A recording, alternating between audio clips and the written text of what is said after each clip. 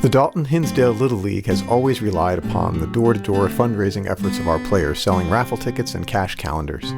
Due to the current COVID-19 health restrictions, we cannot fundraise in our traditional way, and our league is in danger of not having an adequate operating budget for the season. We're hoping to raise money for our league through donations from people like you.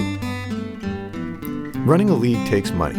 Even with the financial aid of team sponsors, we will not have enough money for uniforms, game baseballs, and field maintenance. In the coming months, we will need to pay the electric bill, our umpires for each game, and we'll need to restock the concession stand.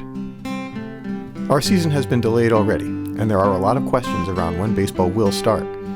We know one thing for sure: these kids love baseball and want to play. So whenever it is that we get the all clear to play ball, we want to be ready. You can help. Please donate today. Thank you.